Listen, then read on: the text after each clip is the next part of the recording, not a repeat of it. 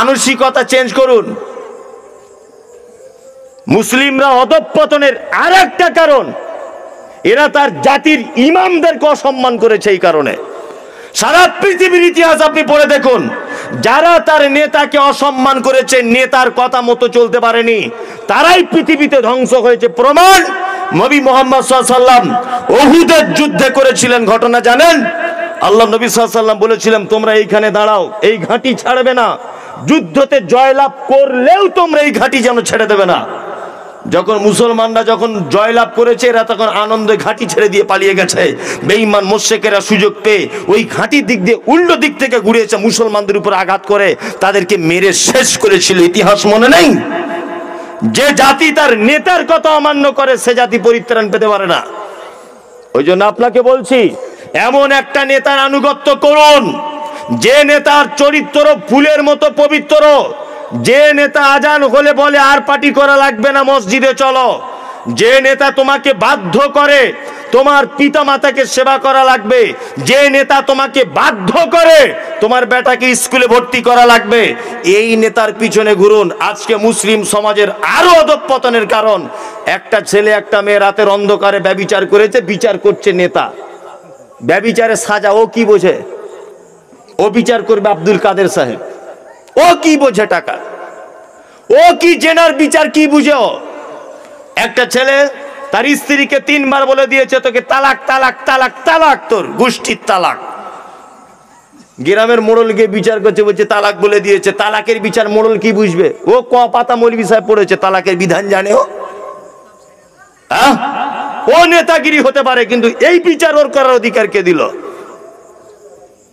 একদম সাবধানে থাকবেন, এদের পিছনে ঘুরবেন না। যতই ডাকুক এদের পিছনে ঘুরবেন না। আপনি তো 250 গ্রাম চালের ভাত খান, এত টেনশন কিসের? 250 গ্রাম চালের ভাত খেতে পারেন? এত টেনশন কিসের? সমুদ্রের তলে একটা মাছ থাকে নীল তিমি, বইয়ে পড়েছি, সত্য মিথ্যা জানি না, তার ওজন 5000 টন। প্রত্যেক দিন তার বাচ্চাকে দুধ দিতে হয় 40 মণ, আর নিজে প্রতিদিন খায় 63 টন করে।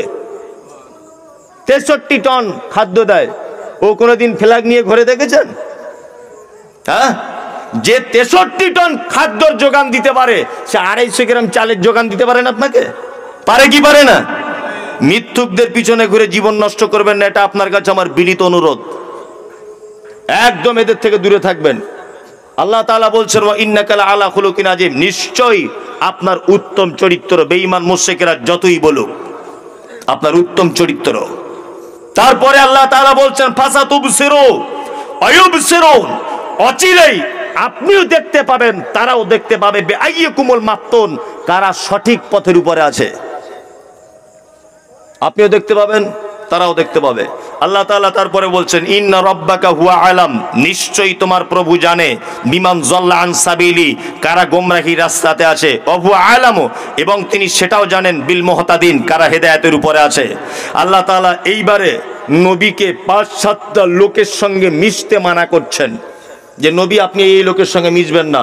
আমি মুমতাজুল ইসলাম চরবাবুপুরে বলে যাচ্ছি, আপনারাও এই লোকের সঙ্গে মিশবেন না। হাত তুলুন যে ইনশাআল্লাহ মিশবো না। তুলুন হাতটা, তুলুন তুলুন, মাশাআল্লাহ। আল্লাহর কোরআন বলছে এদের সঙ্গে মেশা যাবে না।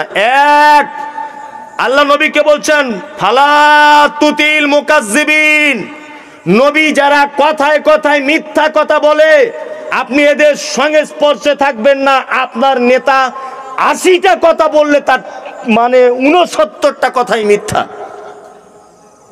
মিলে যাচ্ছে কোরআনের সঙ্গে, তা আমি কি করব?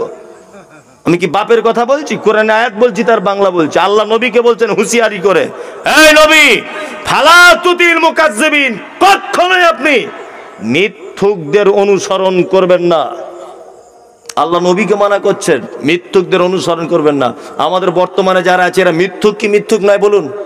মিথ্যুক তো, একেবারেই ডাহা মিথ্যুকেরা। আল্লাহ তাআলা তারপরে বলছেন, অদ্দু লাউ তুদহিনু ফায়ুদহিনুন, তারা চায় আপনি একটু নরম হয়ে যান, তাহলে তারাও নরম হয়ে যাবে। দেখছেন না অবস্থা? কালকে মুসলমানদের ভোটে জিতলো, আর আজকে হিন্দু ছেলেকে বিয়ে করে সিঁদুর লাগিয়ে ঘুরছে। দেখেছেন এরকম পশ্চিমবাংলার নেতা আছে? কোন পার্টির আমি নাম বলছি না, আপনি রাগ করিয়েন না, রাগ করলেও কিছু করার নাই, শুধু আমার গাড়িটা ভাঙচুর করবেন না, কোনো রকম চলে যেতে দিবেন, বুঝলেন না? এইটা একটু আপনার দায়িত্ব নিয়েন যেন গাড়িটা ভাঙচুর না করে, গরিবের ছোট গাড়ি, বুঝলেন তো? আছে না কিছু মুসলমান নেতা আছে না, অনুক মারা গেছে চ্যাটার্জি, গিয়ে ফুলের মালা দিচ্ছে, কেন? ভোট পাবে। আবার কিছুদিন আগে রমজান মাসে দেখলাম ইফতার আবার পার্টিতে পরিণত হয়েছে, সব জায়গায় বলছে ইফতার পার্টি, মানে শুধু এবারে নামাজ পড়ার ইমামতিটাই বাদ আছে, সব জায়গায় রাজনীতি ঢুকিয়ে দিয়েছে। আর কদিন পরে বলবে গ্রামের নেতারাই নামাজ পড়ার, ইমাম সাহেব পিছনে তাকবীর দাও, আর কদিন পরই হলো বলে দেখুন। কি বলছি বুঝতে পারছেন না? কথা উচিত কথা বলছি না অনুচিত? ইফতারটাকে ইফতার পার্টিতে পরিণত করে দিয়েছে, ভ্যাক করছে ভ্যাক। আমি কোন রাজনৈতিক লোক নয়, আল্লাহর কসম দিয়ে বলছি আমি রাজনৈতিক লোক নয়, শুধু মুসলমানদেরকে ভোট ব্যাংক হিসাবে ব্যবহার করছে। এই তো পাগল, কিছু বুঝে না, কিচ্ছু বুঝে না, ভোট ব্যাংকের মতো ব্যবহার করছে, আরে ভোট দিয়ে দিচ্ছে। আল্লাহর নবীকে বলছেন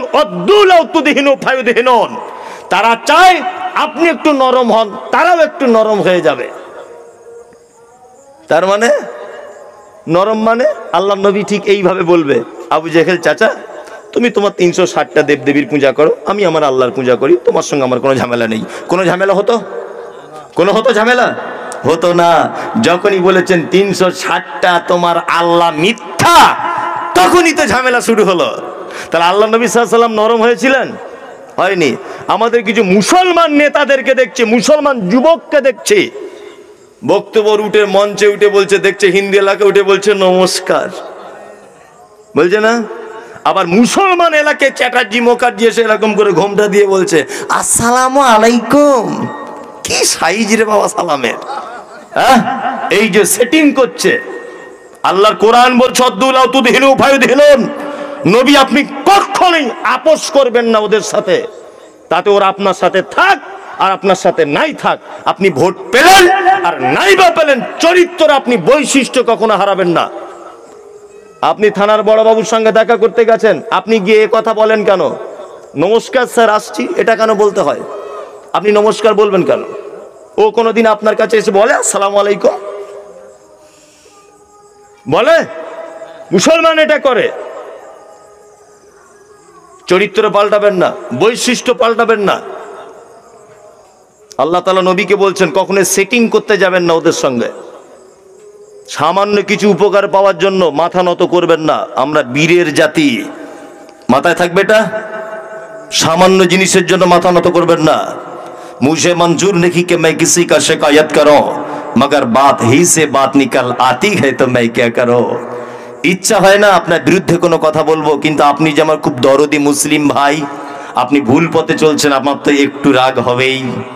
এই জন্য আপনার পথটাকে সোজা করার জন্য আমি মমতাজুল ইসলাম এসেছি, যাতে আপনি একটু সোজা পথে চলতে পারেন। আপনার সঙ্গে আমার কোনো শত্রুতা নেই, আপনার গ্রামের ভোটার তালিকায় আমার নাম নেই, আপনার জমির পাশে আমার জমি নেই, আপনার বেটির সঙ্গে আমার বেটার বিয়ে দেওয়ার সম্পর্ক নেই, আপনার সঙ্গে আমার আত্মীয়তার সম্পর্ক নেই, শুধু আপনি আমার দিনী ভাই। এত ছোট বড় করে বলছি এই কারণে, যাতে আপনি সঠিক পথে ফেরত আসতে পারেন। আপনার সঙ্গে আমার কোনো শত্রুতা নেই, আল্লাহর কসম দিয়ে বলছি, কোনো রাজনৈতিক নেতার উপর আমার রাগ নেই। আপনাকে আমি ভাবাতে চাইছি আপনি ওদের পিছনে ঘুরিয়ে নিজের জিন্দেগি বরবাদ করিয়েন না, একদম নিজের জীবন বরবাদ করিয়েন না। আল্লাহ তাআলা তারপরে বলছেন ওয়ালা তুতি কুল্লা হাল্লাহিম মাহিন, যারা কথায় কথায় কসম করে, কথায় কথায় কসম করে, আপনি ওদের কাছে যাবেন না। হাম্মাজিম মাশাইম বিনামিন, আর পরনিন্দা গীবত, মান্নাইল লিল খাইরি মুতাদিন আসিম, যারা ভালো কাজে বাধা প্রদান করে। গীবত যারা পরনিন্দা করে, আপনি এদের সঙ্গে স্পর্শে যাবেন না। পরনিন্দা করে কি করে না? হ্যাঁ, পরনিন্দা করে, শুধু পরনিন্দার গীবত। আল্লাহ নবীকে বলছেন আপনি এদের সঙ্গে মিশবেন না। গীবত মারাত্মক বড় পাপ। কত বড় পাপ আপনাকে একটা হাদিস শোনাবো, চলুন তাহলে শুনুন। আল্লাহ নবী সাল্লাল্লাহু আলাইহি ওয়াসাল্লাম মিরাজের রাত্রিতে জিবরিলের সঙ্গে চলছেন, রাস্তাতে অনেক ঘটনা, তার মধ্যে একটা ঘটনা, দুটো ঘটনা আপনাকে বলছি। আল্লাহ নবী বলছেন আমি যেতে যেতে দেখলাম একটা লোককে যেন রক্তের নদীতে ফেলে দেওয়া হয়েছে, আর রক্তের নদীর পানিটা যেন টকবক করে যেন ফুটতেছে, আর ওই লোকটা বাঁচার জন্য সে যেন নদীর পাড়ের দিকে হেঁটে হেঁটে যেন আসতেছে। কিছু ফেরেশতাদেরকে দেখলাম তাদের হাতে যেন কুইন্টাল কুইন্টাল পাথর রয়েছে, ওই লোকটাকে মাথায় পাথর মেরে দিচ্ছে। ওই লোকটার মাথাটা ভেঙে চৌচির হয়ে যাচ্ছে, আবার মাথাটা সঙ্গে সঙ্গে ভালো হয়ে যাচ্ছে। আমি জিবরিলকে জিজ্ঞাসা করে বললাম, জিবরিল রে, এটাকে যে লোকটাকে এই রকম ভাবে সাজা দেওয়া হচ্ছে, জিবরিল বলছে এটা আর কেউ নয়, এটা আপনার উম্মতের ওই লোকটা যে সুদের টাকা খেত। সুদের টাকা অবশ্য মুর্শিদাবাদ এসব সিস্টেম নেই, আপনাদের এখানেও আছে? আমি ভাবছিলাম হয়তো আমাদের দিকে আছে, তা আপনাদের দিকেও আছে? বাহ বাহ বাহ। যদিও বা বাকি টাকি ছিল, তা আর এখনকার দিনে বাকি নেই। আমরা সুদখোর বলতে কাকে বুঝি? আব্দুল কাদের সাহেবের সঙ্গে ভালো সম্পর্ক আমার, আর তো কাউকে চিনি না, ওই জন্য বারবার ওনার নামটাই করছি। উনি আমার অনেক জলসার, আমি তখন অনেক ছোট বয়সের বক্তা, লালগোলার দিকে আসতাম, উনি তখন থেকেই সভাপতি, তখন থেকে ওনার বিয়ের মাদ্রাসায় অনেকবার এসেছি, কাবিলপুরে, ওখানে উনি সভাপতি, সব জায়গাতে। আল্লাহ ওনাকে হায়াতে তাইয়্যিবা দান করুক, আমিন। তা আমরা দুজন সুদখোর ধরে নেন, বোঝানোর জন্য বলছি। কেমন সুদখোর? না, আব্দুল কাদের সাহেব গরুর ব্যবসা করে, আমিও গরুর ব্যবসা করি, গরুর হাটে দুজনা। আমি ওনাকে 2 লাখ টাকা দিলাম, আর উনি পরের হাটে আমাকে 2.5 লাখ টাকা দিলেন। এটা দেখতে পেল চরবাবুপুরের আব্দুল্লাহ। আব্দুল্লাহ এসে মসজিদ থেকে বার হয়ে বলছে, ওরে মৌলভী সাহেবদের কীর্তি শুনেছিস? যে কি বলছে, হাটে গিয়ে সুদের টাকা খাই দুজনা। গোনাগুনি করছিলাম, এই মাত্র দেখে এলাম। যে তাই? যে পাকা সুদখোর। আমরা এই লোকটাকেই শুধু সুদখোর বলি, গ্রামে ওপেন যারা সুদে টাকা খাটায়, তাই তো? হ্যাঁ, কত লোক সুদ খাচ্ছে বর্তমানে আপনাকে দেখাবো। ব্যাংকের বই আছে তো, সবার অ্যাকাউন্ট আছে তো? 1 লাখ, 2 লাখ, 3 লাখ টাকা, 50,000 টাকা, আজকে 6-7 মাসে 1 বছর ব্যাংকে জমা আছে তো, কম বেশি লোকের আছে না? ব্যাংকের বইটা একবার আপডেট করে দেখবেন তো, ওর ওখানে ঘর ঘর টানা আছে, কত তারিখে টাকা জমা দিয়েছেন তার ঘর আলাদা, কত তারিখে তুলেছেন তার ঘর আলাদা, কত টাকা সুদ দিয়েছে ব্যাংক তার ঘর আলাদা, টোটাল কত টাকা ব্যালেন্স আছে তার ঘর আলাদা। একটা লোক বলুন যে 1 লাখ টাকা জমা ছিল, 1 বছরে 700 টাকা সুদ হয়েছে, ওই টাকাটা তুলে ফেলে দিয়েছি, একটা লোক বলুন? আলহামদুলিল্লাহ, 1 জন, 2 জন, 3 জন। আর কেউ তুলতে পারছেন না মানে মালে গোলমাল, ধরে নিতে হবে যে। তাহলে আপনি ডাইরেক্ট সুদ না খেলেও ওই যে একটু ঘুরিয়ে দিয়ে খান। অবশ্যই কাল সকালবেলাতে আপনার কাজ হচ্ছে ব্যাংকে গিয়ে একবার বইটাকে ভালো করে সাফ করে নেওয়া। যদি না করেন, সুদের 73টি ভাগ পাপের, তার মধ্যে ছোট যে পাপ সেটা হচ্ছে মায়ের সঙ্গে ব্যভিচার করলে যে পাপ হয়। আস্তাগফিরুল্লাহ, এত মারাত্মক পাপ। এই পাপ থেকে আমি আপনি কেউ বাঁচতে পারছি? বাঁচতে পারছি না। অবশ্যই আল্লাহ আমাদেরকে হেফাজত করুক, আমিন। আর তারপরে পরে আর একটা ব্যাপার, আমরা এমন এক দেশে বসবাস করি যে দেশে টোটাল সিস্টেমটা সুদের উপরে, তাই না? একটা গাড়ি কিনবেন, একটা কিছু কিনবেন, সব ইন্টারেস্ট, সুদের ব্যাপার আছেই। আল্লাহ আমাদেরকে এই সমস্ত দিক থেকে বাঁচিয়ে নিক, আমিন।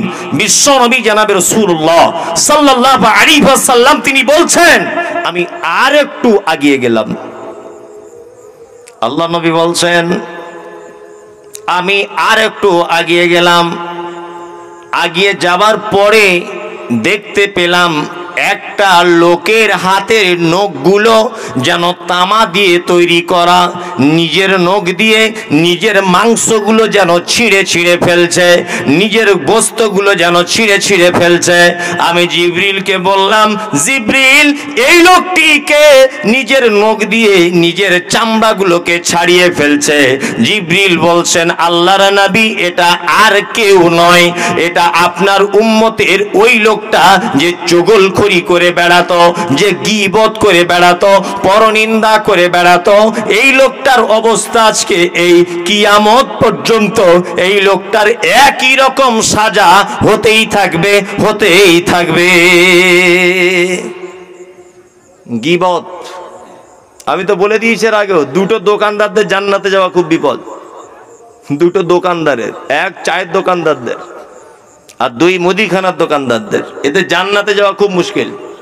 যদি বলছেন কেন, চায়ের দোকানদার যারা চা করে বিক্রি করে ঢেলে গ্লাসে বা কাপে ঢেলে, এদের জান্নাতে যাওয়া খুব বিপদ। যদি বলছেন কেন, কেনটা হলো চায়ের ব্যবসা করছে, 4-5টা টেবিল চেয়ার সামনে দিয়ে রেখেছে আর বসে আছে সব মুরব্বী লোকেরা, জি, আর বসে বসে শুধু এই কথাই বলছে, আরে ফটিকের বেটির খবর কি, 4-5 দিন দেখা যায় না, মনে হয় কোথাও গেছে নাকি, অমুকের বউ কি ব্যাপার বলতো, ফোনে কার সাথে কথা বলে, আচ্ছা ওই যে 2 তলা বাড়ি করলো মফিজুল, মানে টাকা পয়সা কোথাও ঝেড়ে এনেছে, হ্যাঁ, এইসব আলোচনা, শুধু গীবত আর গীবত। আর গীবতের আসর জমানোর জন্য দোকানদার নিজে দায়ী। কি বলছি বুঝতে পারছেন না? মুদির দোকানদার যারা আছেন, মাল নেবে, মানুষ চলে যাবে, বসার প্লেস দেবেন না, বসলেই ওই জায়গাটা গীবতের জায়গা হিসেবে পরিগণিত হবে। মারাত্মক বড় পাপ। তবে এটা মেয়েরা বেশি করে। এখানে মেয়েরা শ্রোতা আছে? আছে। এই কাজগুলো মেয়েরা বেশি করে। আমার খালারা, এরা গীবত করতে খুব ফাস্ট, খুব অ্যাডভান্স এরা। আমি তো এই জন্য মায়ের সাথে, একটা রাজা, সে বাড়িতে 100 জন লোক, কাজের লোক রেখেছে। এই 100 জন কাজের লোকের কাজ হলো শুধুমাত্র রাজার প্রশংসা করা। রাজা বাবু ভালো লোক, রাজা বাবু দানি লোক, রাজা বাবু জ্ঞানী লোক, রাজা বাবু খুব ভালো, রাজা বাবু একদম ওর মতো ভালো লোক জগতে কেউ নেই। শুধু এই প্রশংসা করার জন্য 100টা কাজের লোক রেখেছে। তার রাজা বাবু মনে মনে ভাবছে 100টা লোকের তো বেতন দিতে হবে, তাই বেতনের টাকাটা তো আমি যদি বসে বসে দিই তাহলে তো আমার রাজপ্রাসাদের যত অর্থ আছে সব তো শেষ হয়ে যাবে। তা আমার 500 বিঘা জমি আছে, এই 500 বিঘা জমির ফসল উৎপাদন হবে, সেইটা বিক্রি করে তো 100 লোকের বেতন দেব। ওই জন্য রাজা বাবু 15,000 টাকা দিয়ে আর একটা লোক রেখেছে, শুধু তার জমি জায়গা দেখাশুনো করার জন্য। খুব মন দিয়ে শোনার জন্য অনুরোধ করছি।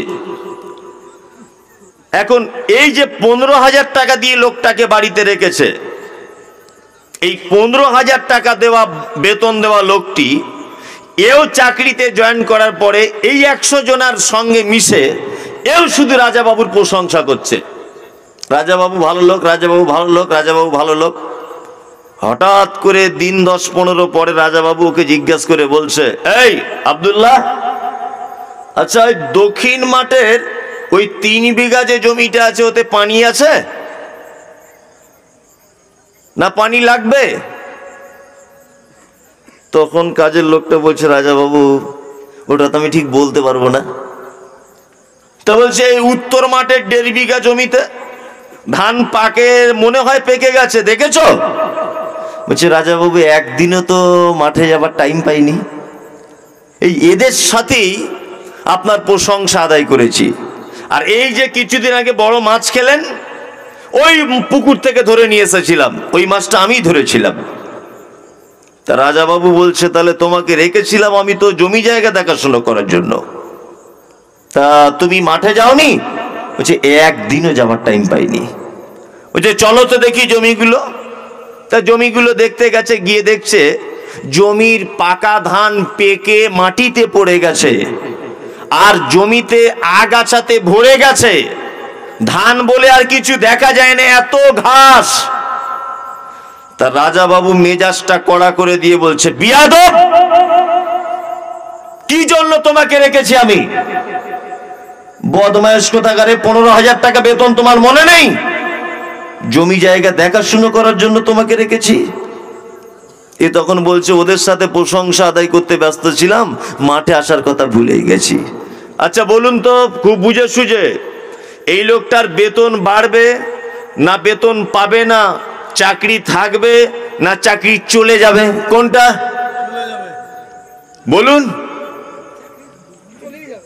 হ্যাঁ, চাকরি চলে যাবে। মানে রাজা বাবু ওকে যে উদ্দেশ্যে রেখেছিল ওই উদ্দেশ্য পূরণ করতে পারেনি। জি, যদি বলেন আমরা তো নামাজ পড়ি, এটা একটা বেসিক ইবাদত, এটা একটা ট্রেনিং ইবাদত। হুজুর রোজা রেখেছি 1 মাস, এটা একটা ট্রেনিং ইবাদত।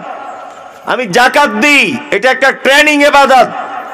আমি তো জমির আল কাটি না, বিয়ে করেছি 1 টাকা নিইনি, এগুলো ট্রেনিং ইবাদত।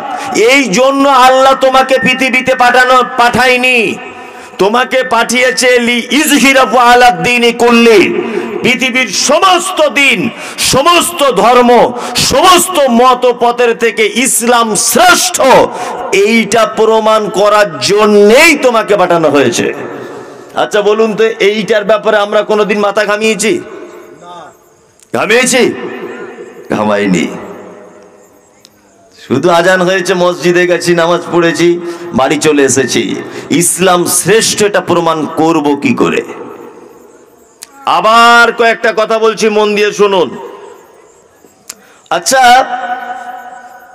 আমাদের ভারতবর্ষের বর্তমানে যিনি প্রধানমন্ত্রী, এই লোকটির নাম হচ্ছে নরেন্দ্র মোদী। এর বড় নাম আমি আর বলছি না, নাম বলতেই আমার কেমন হয়, তবুও বোঝানোর জন্য বলছি, নরেন্দ্র মোদী। আচ্ছা আপনারা বলুন তো দেখি, রাস্তা দিয়ে ডান দিকে চলা সুন্নাত না বাম দিকে চলা সুন্নাত? কোন দিকে? আমরা চলি কোন দিকে? বাম দিকে।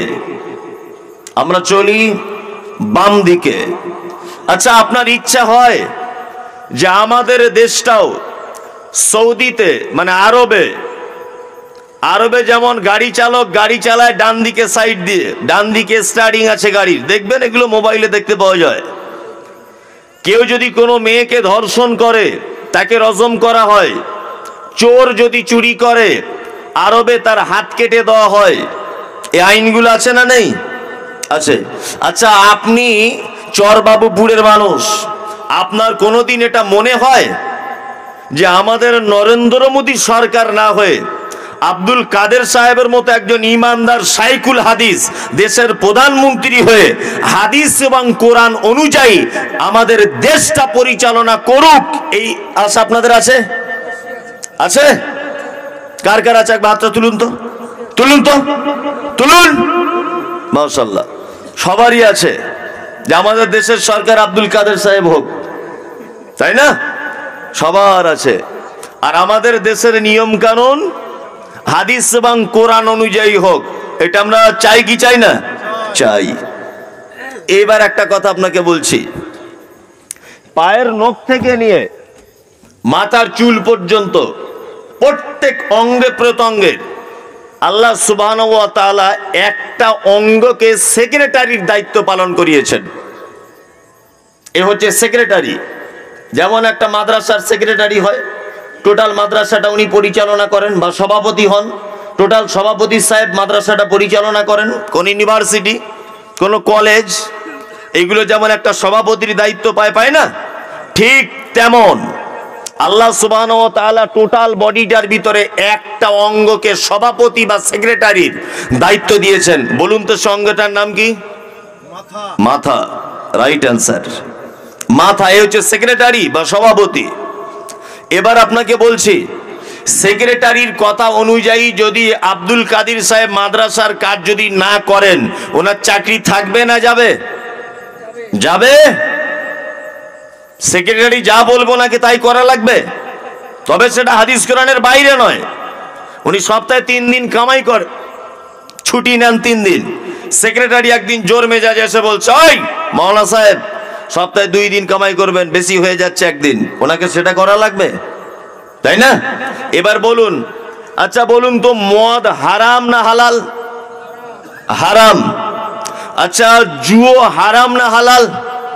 হারাম। কোন উলঙ্গ নারীর ছবি দেখা, এটা হারাম না হালাল? হারাম। বুনের জমি ফাঁকি দেওয়া, এটা হারাম। সুদের টাকা খাওয়া, এটা কি? হারাম। এটা 1500 বছর আগে থেকে এই রিপ্লে বারবার হচ্ছে, সুদ হারাম, জিনা হারাম, পর নারীর দিকে তাকানো হারাম, বুনের জমি ফাঁকি দেওয়া হারাম, ভাইয়ের জমি আত্মসাৎ করা হারাম, গরিব মানুষের রক্ত চুষে খাওয়া হারাম। এই টোটাল এইগুলো আপনার ব্রেন জানে কি জানে না? জানে। একটা লোক বলুন তো দেখি, যে 1 বছর নয়, এই গত শুক্রবার থেকে আর আজকের দিন পর্যন্ত, বৃহস্পতিবার পর্যন্ত আমার সেক্রেটারি অর্থাৎ আমার মাথার যা বলেছে আমার হাত সেটা শুনেছে। আমার সেক্রেটারি আমার পাকে যেখানে যেতে বলেছে আমার পা সেখানে গেছে। আমার সেক্রেটারি আমার চোখ যেটা দেখতে বলেছে আমার চোখ সেটা দেখেছে। আচ্ছা বলুন তো, একটা লোক চরবাবুপুরের বলুন যে এক সপ্তাহে আমি আমার সেক্রেটারি বা সভাপতির কথা অনুযায়ী আমার বডির অন্যান্য অঙ্গ প্রত্যঙ্গগুলো সেক্রেটারির কথা অনুযায়ী পরিচালনা করতে পেরেছি? একটা লোক বলুন, পেরেছেন? আচ্ছা বলুন, সুদ হারাম এটা আপনার ব্রেন জানে কি জানে না? জানে। আপনার ব্রেন বারবার বলছে হাত সাবধান, তুমি যে টাকা গ্রহণ করছো এটা সুদের টাকা। আপনার সেক্রেটারির কথা অনুযায়ী আপনার হাতকে কন্ট্রোল করতে পেরেছেন? পেরেছেন? পারেননি। আপনার সেক্রেটারির কথা অনুযায়ী আপনার চোখকে আপনি কন্ট্রোল করতে পেরেছেন? পারেননি। আপনার সেক্রেটারির কথা অনুযায়ী আপনি আপনার পাকে অন্যায় অশ্লীল কাজের দিকে আগাবা থেকে বিরত রাখতে পেরেছেন? পারেননি। তাহলে আপনি 3.5 হাত বডিটাকে কোরআন এবং হাদিস অনুযায়ী পরিচালনা করতে পারেন না, অথচ আপনারই চিন্তাধারা দেশের প্রধানমন্ত্রী কোরআন এবং হাদিস দিয়ে দেশ চালাক। এটা আপনারই তো চিন্তা ভাবনা। যে নিজের বডিটাকে হাদিস কোরআন দিয়ে পরিচালনা করতে পারে না, তার চিন্তাধারা হয় কি করে যে দেশ পরিচালনা করব? হ্যাঁ, এই বলছে গাঁজাখোরের মতো। জি জি, করতে পারিনি। যেটা আমাদের পক্ষে সম্ভব। এখন আপনার প্রধানমন্ত্রী হওয়ার যোগ্যতা আছে? আপনাকে কেউ চিনে? ওটা অসম্ভব। গোটা দেশ হাদিস এবং কোরআন অনুযায়ী চালাতে পারবেন না আপনি, আপনার পক্ষে সম্ভব নয়। আপনি আপনার বডিটাকে তো পারবেন। পারবেন কি পারবেন না? পারবেন। আপনি অক্ষম। এবার আপনাকে একটা কথা বলছি, তাহলে ইসলাম দিন কায়েম হবে কি করে? দিন কায়েম হবে কি করে? আমাদের মধ্যে নবী এসেছেন, একজন এসেছিলেন হযরত মুহাম্মদ সাল্লাল্লাহু আলাইহি ওয়াসাল্লাম। ইনি আর আছেন? নেই। বর্তমানে কোন নবী আছে? নেই। উনি 1500 বছর আগে চলে গেছেন। তো এখন ইসলাম কায়েম হবে কি করে? ঘর মে আগ লাগি হ্যায় ঘর হি কি চিরাগ সে। আপনার বাড়িতে যদি আগুন লাগে, আগুন অন্য কেউ লাগাতে আসে না। আপনার বউ লাগিয়েছে, নয় আপনার বেটির অসাবধানতায় লেগেছে, নয় আপনার বেটার অসাবধানতায় লেগেছে। এই জাতি সারা পৃথিবীর মানচিত্রের ইতিহাস প্রমাণ করে এরা ছিল শীর্ষস্থানে। আজকে এরা ফুটবলের মতো যেদিকে যাচ্ছে লাথি খাচ্ছে। তার কারণ কি? তার একটি কারণ, সেটা পরে বলছি। সর্বপ্রথম এটা আপনি শুনে নেন, আপনি এখন দিন কায়েম করবেন কি করে? নবী নেই, রাসূল নেই, আছে শুধু এই আল্লাহর নবীর কাছে অবতীর্ণ হওয়া একটি মাত্র কিতাব, আর আছে এখন কিছু আলেম ওলামারা। এবার আপনাদেরকে একটা কথা আবার জিজ্ঞেস করছি। আচ্ছা, আপনি দেখেছেন যে আমাদের মুর্শিদাবাদ জেলাতে কোন মৌলানা সাহেব জুম্মার খুতবা দেওয়ার পরে তার মেরে দাঁত ভেঙে দিয়েছে? দেখেছেন? শুনেছেন? শুনেননি? আচ্ছা, এরকম আপনি ইতিহাস দেখাতে পারবেন যে পৃথিবীতে একটা নবী এসেছিলেন যে নবী তার জাতির কাছে মার খায়নি? আপনি দেখাতে পারবেন? মুহাম্মদ সাল্লাল্লাহু আলাইহি ওয়াসাল্লাম, তাকে মেরে দাঁত ভেঙে দেওয়া হয়েছে, উটের ভুঁড়ি তার পিঠের উপরে চাপিয়ে দেওয়া হয়েছে, তাকে চক্রান্ত করে মক্কা থেকে তাড়িয়ে দেওয়া হয়েছে মদিনাতে, বদনাম দেওয়া হয়েছে, অপমান করা হয়েছে, মিথ্যা মামলা দেওয়া হয়েছে। অসংখ্য নবীরা, নবী ইব্রাহিম আলাইহিস সালাম, তিনাকে আগুনের মধ্যে নিক্ষেপ করা হয়েছে। জি, এই ইতিহাস আমরা জানি কি জানি না? জানি। প্রত্যেক নবীরা তার জাতির কাছে মার খেয়েছে। তাহলে এখন বর্তমানে আলেম ওলামা বক্তা এরা মার খায় না কেন বলুন তো? কেন মার খায় না? জি, আসল মাল বলে না। হযরত মুহাম্মদ সাল্লাল্লাহু আলাইহি ওয়াসাল্লাম আল আমিন বলে ডেকেছেন মক্কার মানুষেরা। বেঈমান মুশরিকেরা তাদের আমানত, তাদের গচ্ছিত সম্পদ মুহাম্মদ সাল্লাল্লাহু আলাইহি ওয়াসাল্লামের কাছে রেখে দিয়ে বলেছেন, আপনার কাছে আমানত রাখলাম। বেঈমান মুশরিকেরা লোকটাকে আল আমিন বলে ডাকলো। কিন্তু মুহাম্মদ সাল্লাল্লাহু আলাইহি ওয়াসাল্লাম যখন মিরাজের রাত্রি থেকে ফেরার পরে পাহাড়ের উপরে ফাঁস সকালবেলাতে উঠে বলছেন বিভিন্ন গোত্রের নাম ধরে যে অমুক গোত্রে এসো, অমুক গোত্রে এসো, সব লোক একত্রিত হয়েছে। হবার পরে আল্লাহ নবী বলছেন যে আমি যদি তোমাদেরকে এখন বলি পাহাড়ের অমুক আর একদিকে একদল শত্রু দাঁড়িয়ে আছে তোমাদের উপরে আক্রমণ করবে বলে, তোমরা কি বিশ্বাস করো? বলছে অবশ্যই করি। আল্লাহ নবী সাল্লাল্লাহু আলাইহি ওয়াসাল্লাম তখন বলছেন, এই কথাটা তোমরা যেমন করে বিশ্বাস করে নিচ্ছ না দেখে, আমি গতকাল রাতের বেলাতে অসংখ্য নবীদের সঙ্গে নামাজ পড়লাম, বাইতুল মুকাদ্দাসে ইমামতি করলাম অসংখ্য নবীদের। আমি চলে গেলাম সিদরাতুল মুনতাহা, জাহান্নাম দেখে এলাম, জান্নাত দেখে এলাম। এই ঘটনা আল্লাহ সপ্তম আকাশের উপরে থাকে। তোমরা যে 360টা দেবদেবীর পূজা করো, এই 360টা দেবদেবীকে ছেড়ে দাও, এক আল্লাহকে মেনে নাও। তখনই আবু জেহেল চিল্লিয়ে বলছে, এই এর যা মাথা ভালো ছিল টোটালি খারাপ হয়ে গেছে, কে তাড়িয়ে দিতে হবে মক্কা থেকে মদিনায়। এতদিন বলতেন আলামিন, যখনই হক কথা বলেছেন তখনই লোকটাকে চলে যেতে হয়েছে মদিনাতে, নিরীহ মানুষকে। তার মানে আজও আলেম ওলামাদেরকে জনগণ মারছে না, মানে বুঝে নিতে হবে এরা এখনো হক কথা বলতে পারেনি। তাহলে ইসলাম কায়েম হবে কেমন করে? এবার আপনাকে বলছি, একটা একটা করে শুনুন। যারা বিরক্ত হবেন আস্তে আস্তে করে কেটে পড়ুন, আপনি কাউকে ডিস্টার্ব করবেন না। ইসলাম কায়েম হবে কি করে? এবার আপনাকে একটা কথা বলছি। আচ্ছা, এটা একটা জুতোর দোকান, শাটার লাগানো আছে। আচ্ছা বলুন তো, আপনি কি দেখে বুঝবেন যে এটা জুতোর দোকান না কাপড়ের দোকান না খাজুরের গুড়ের দোকান? কি করে বুঝবেন? সাইনবোর্ড দেখে বুঝবেন, তাই তো? আপনি সাইনবোর্ড দেখে বুঝবেন এটা জুতোর দোকান, এটা একটা নাপিতের দোকান, লেখা আছে মৌসুমী হেয়ার কাটিং। এটা একটা কাপড়ের দোকান, সালমা বস্ত্রালয়। এটা জুতোর দোকান, আব্দুল কবির শু হাউস। এখানে নাট বল্টু পেরেক ইত্যাদি টিন অ্যাজবেস্টার পাওয়া যায়। লেখা আছে অমুক হার্ডওয়ার্স, লেখা থাকে না? বালি সিমেন্ট পাওয়া যায় অমুক বিল্ডার্স, সব লেখা থাকে। মানে পৃথিবীতে আমরা যা কিছু অপরিচিত জিনিসকে পরিচয় পাই তার সাইনবোর্ড দেখে। আপনি ইসলাম কি করে কায়েম করবেন? আপনার সাইনবোর্ড ঠিক আছে তো? আছে? আপনার সাইনবোর্ডটা বলি। আপনাদের মুর্শিদাবাদে আজ থেকে 3 বছর 4 বছর আগে শীতের দিনে একটা বাস দৌলতাবাদ নদীতে নাকি পড়ে গিয়েছিল, তাই তো? আমি আর একজন বক্তা, আপনাদের পাশের গ্রামেই বাড়ি, উনিও বক্তা, আদায়কারী বক্তা ভালো, দুজনা আমার গাড়ি করে আসছি ওই রোড দিয়েই। আমি মিথ্যা কথা বলছি না এটা।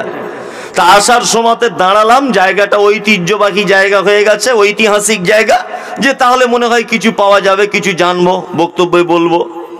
তা একটা লোককে জিজ্ঞাসা করছি, চাচা এখানে বাসের কোনো যাত্রীকে উদ্ধার করা গেছে? বলছে আমাদের ক্লাবের ছেলেরা কিছু যাত্রী উদ্ধার করেছে। আমি বললাম মুসলমান কেউ ছিল? বলছি ওটা তো বলতে পারবো না, তবে ছেলেদের কাছে শুনলাম নাকি চেন খুলে দেখেছে কে হিন্দু আর কে মুসলমান। তার মানে আপনার এখন সাইনবোর্ড দেখলে বোঝা যাবে চেন খুলতে হবে যে আপনি মুসলমান না আপনি হিন্দু।